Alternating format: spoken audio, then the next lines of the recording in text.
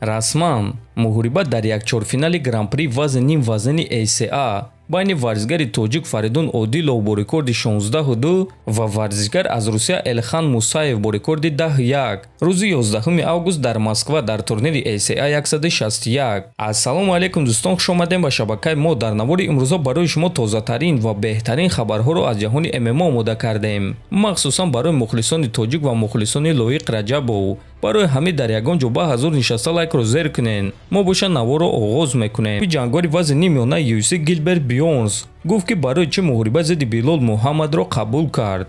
ман бекор нишаста намехостум. вақте медонистум ки Билол Муҳаммад пеш аз ман соҳиби муҳорибаи унвонӣ шуда метавонад. ман шунидум ки Камару Усман ҷангидан мехоҳад, ҳамчунин Шавқат Раҳмонов ҷангидан мехоҳад ва мо бо дастаам фикр кардем ки агар Билол Муҳаммад бо Усман ё ин ки бо Шавқат ҷанга, пас ғолиби чунин муҳориба соҳиби муҳорибаи унвонӣ шуда метавонад. аз ҳамин сабаб ман ин муҳорибаро қабул кардам. ман баробарони UFC гуфтам ки муҳорибаи унвонӣ мехоҳам. агар ки Билол Муҳаммадро шикаст диҳам, онҳо гуфтанд ки ту ин чизро соҳиб мешавӣ. касе ки дар ин муҳориба ғолиб шава, довталаби навбатӣ барои камарбанд мешава.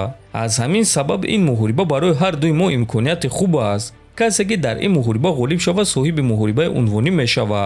албатта мо каме риск карда истодаем, аммо ба ҳар ҳол ман дар формаи хуб қарор дорам, гуфтааст Бёрнс. хотиррасон мекунем ки муҳорибаи Гилберт Бёрнс ва Билол Муҳаммад рӯзи 7 май дар турнири UFC 288 баргузор мегардад ва дуюм муҳорибаи асосии турнир шуда муҳорибаи 5 раунда хоҳад шуд. расман саҳна ва рақиби навбатии варзишгари тоҷик Лоиқ Раҷабов муайян шуд. варзишгари тоҷик Лоиқ Раҷабов бо рекорди 17-4 зидди варзишгар аз Полша Матеуш Рабецкий бо рекорди 17-1 рӯзи 24 июн дар турнири UFC Fight Night. хотиррасон мекунем ки барои Лоиқ Раҷабов ин дуюм муҳориба дар ташкилоти UFC хоҳад шуд. дар якум муҳорибаи худ дар ташкилоти UFC Лоиқ Раҷабов ҷангори бебоқ Эстебан Рибовичро шикаст дода буд ва акнун ба ӯ боз як проспекти дигарро доданд ки рекорди 17-1 дорад.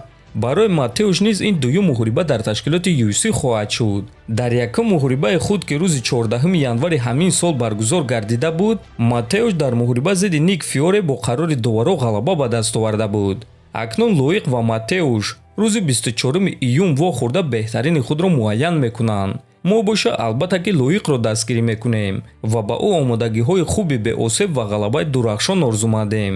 дӯстон, агар ки оиди рақиби Лоиқ маълумоти бештар гирифтан хоҳем, пас биён дар ҳамин навор 3000 лайк ҷамъ мекунем ва мо барои шумо чунин наворро омода карда пешкаш мекунем. 3000 лайк дӯстон. то боздид хонободу сарбаланд бошен.